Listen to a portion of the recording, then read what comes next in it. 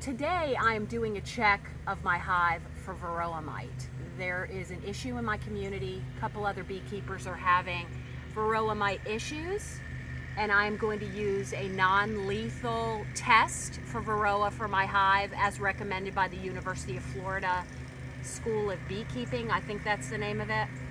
And the first thing you have to do is collect about a half a cup of bees.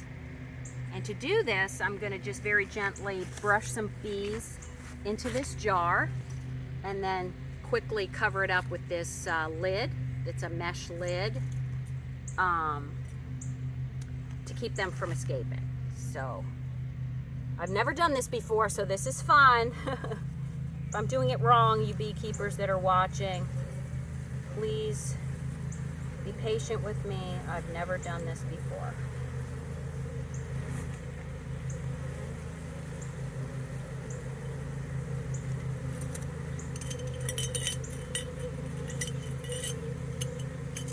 I've got a half a cup of test bees right now, which I removed from a brood frame that did not have the queen on it. That's very important. You got to find the queen first and then get your test bees from a frame that she is not on. That's also a brood frame.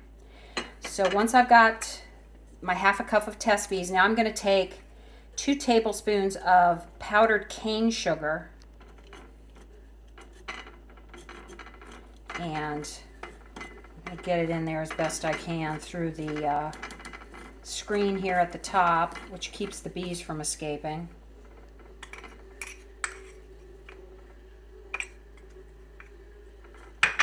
It's best to do this mite test when it's not as humid. Unfortunately, it's humid summer, warm days when the mites, that's the time of year when the mites are most active. So, you know, it's kind of 6 1/2 dozen of the other to some extent. You just do the best you can with what you have. Get that sugar in there. As you can see, I'm making kind of a mess, which is why I have a plate underneath here. And once you've got a good bit, most of that sugar in there, then I'm actually going to roll these test bees in the sugar.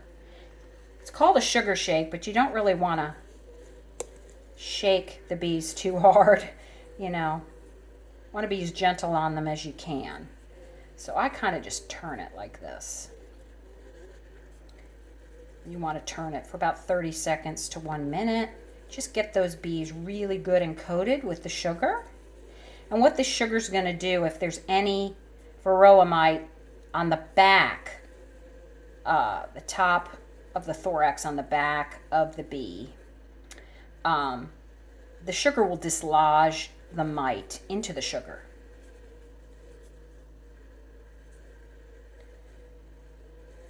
And after you've rolled them for about 30 seconds or so, I can see that they're really well covered. Then you're just going to, actually I'm going to knock some of these bees off the top. Make sure that they're also covered in sugar.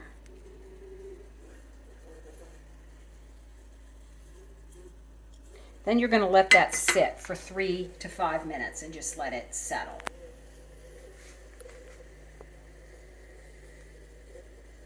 So it's been about 5 minutes, and I've given the bees time to start grooming themselves, getting the sugar off themselves, which should have dislodged any mites, if there are any, into the sugar. So now I'm gently going to shake out the sugar.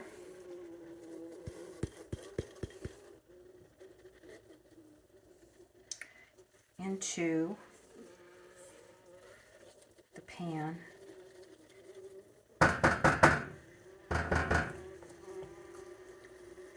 So the sugar is out onto the paper towel here, and as you can see, there's one mite here that stands out. I've actually seen it move here in the last couple seconds.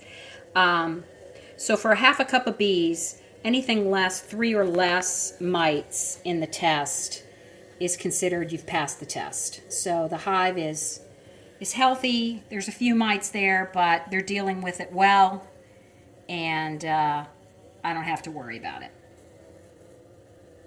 Another thing you can do is, if you choose, is to just spritz the sugar a little bit with some water. And you can see how the sugar kind of disappears into the paper towel and reveals, wow, I found another mite there. It reveals in little clumps of sugar whether there's any mite that are hiding in the clumps of sugar. I'm going to do this clump over. This is dirt here, so I'm not worried about that. So I've kind of dampened all the little bits of sugar here, and it's revealed one additional mite here. This is dirt. That's too big to be a mite, so I'm not worried about that. But we've got 2 mites here. But it's still less than 3, so we're still good.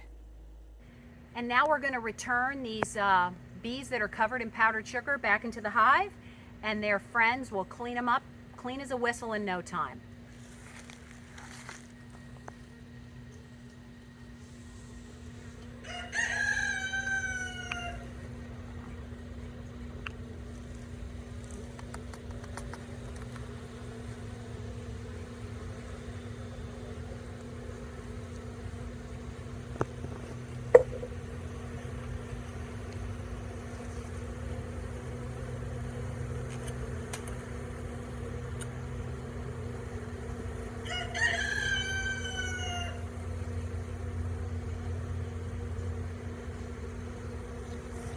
There we go.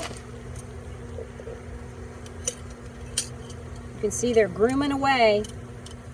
We'll clean everybody up really fast.